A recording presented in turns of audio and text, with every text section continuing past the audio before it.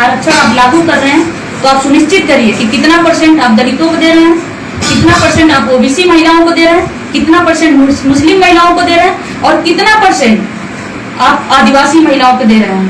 ना वो आप अभी देखें मणिपुर का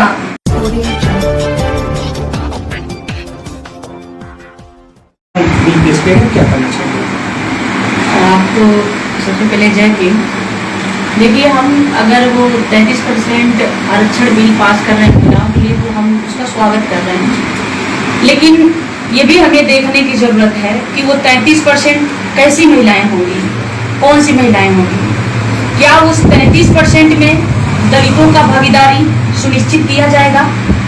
उस 33% आरक्षण में, महिलाओं के आरक्षण में ओबीसी महिलाओं की भागीदारी सुनिश्चित किया जाएगा, मुस्लिम महिलाओं की भागीदारी सुनिश्चित किया जाएगा, आदिवासी महिलाओं की भागीदारी सुनिश्चित किया जाएगा कि नहीं किया जाएगा, ये देखना हमें जरूरी है। अगर दलित, मुस्लिम, पिछड़े समाज की महिलाओं की भागीदारी सुनिश्चित नहीं किया जा रहा 33% में, तो ये तो वही बात हो गई कि एक हाथ में बागडोर दिया जाएगा, फिर हमारे लिए तो कुछ नहीं है। एक तरह से संविधान का भी अपमान होगा और हमारे महिलाओं के साथ भी बड़ी ये जैसे कहते हैं कि उनके साथ एक दुष्व्यवहार किया जाएगा, एक तरह से उनके साथ ये अपमान ही किया जाएगा कि भाई आज भी हमें आप नहीं दे रहे हैं जगह।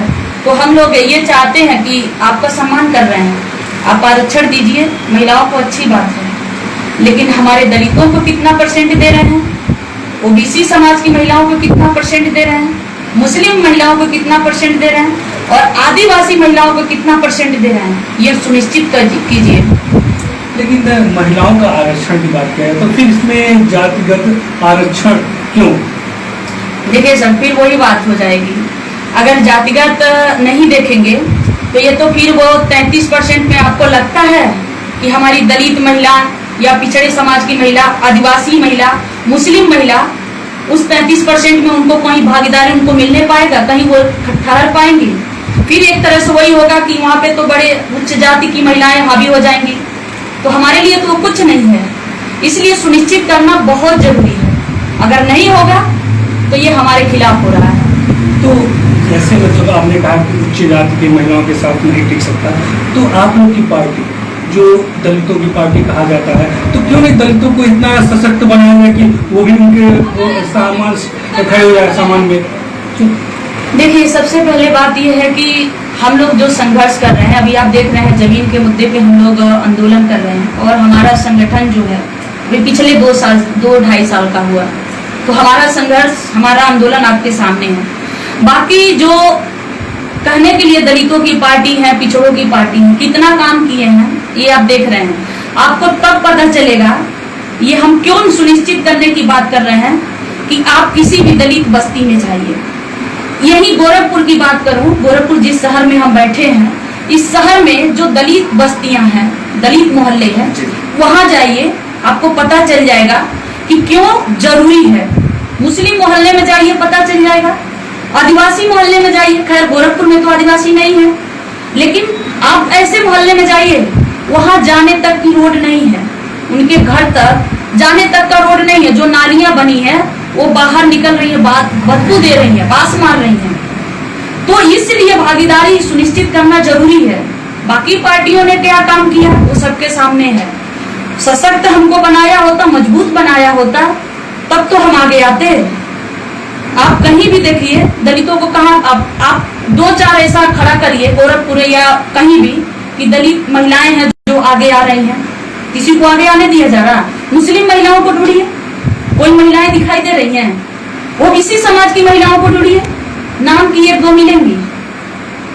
बाकी नाम के लिए आप देखेंगे तो ओबीसी, बाकी जनरल कास्ट की महिलाएं, बहुत सारी महिलाएं हैं। मैं किस किस के नाम गिनाऊं? बहुत सारी महिलाएं हैं। तो वो तो जब आरक्षण 33% दिया जाएगा तो वो तो वहां हावी हो जाएंगे, हम तो पास भी भटकने नहीं पाएंगे। जैसे आज दूर है, जमीन के मामले में देख लीजिए, गैर पूरा भारी मतभेद है। एक तरह से गैर बराबरी है कि आज बहुत सारे लोग हैं, आप जमीन हजारों एकड़ किसके पास है? किसी दलित के पास दिखाएंगे, किसी ओबीसी समाज के पास है, किसी मुस्लिम के पास है।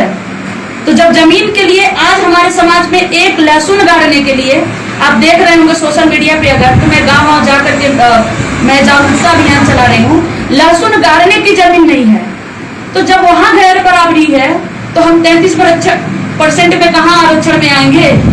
हम तो उसके आसपास भी भटकेंगे नहीं। तो इसलिए हमारे लोगों को तो दूर से भगा दिया जाएगा, इसलिए हमारी भागीदारी सुनिश्चित करना अनिवार्य है। अगर नहीं करेंगे तो हमारे साथ अन्याय है। ये महिलाओं को बस ये जातिगत एक पूंजीवादी व्यवस्था को बनाए रखने के लिए ये 33% का आरक्षण दिया जा रहा है कि अब यहाँ पुरुष तो हावी हैं ही, यहाँ भी महिलाएं हैं कि उन्हीं के महिलाएं हावी रहें, हम हर जगह से हम आगे निकल जाएं। तो इसलिए हम एक तरह से कहिए कि हम उनका सम्मान कर रहे हैं, लेकिन दूसरे पहलू में हम विरोध भी कर रहे हैं इस बात का। इसलिए विरोध कर रहे हैं कि आप सुनिश्चित करके दीजिए। हम सम्मान करते हैं कि आपको देर से सही महिलाओं को 33% आरक्षण आप लागू कर रहे हैं, तो आप सुनिश्चित करिए कि कितना % आप दलितों को दे रहे हैं, कितना % आप ओबीसी महिलाओं को दे रहे हैं, कितना % मुस्लिम महिलाओं को दे रहे हैं और कितना % आप आदिवासी महिलाओं को दे रहे हैं। ना वो आप अभी देखे हैं मणिपुर का कांड आप देखे हैं।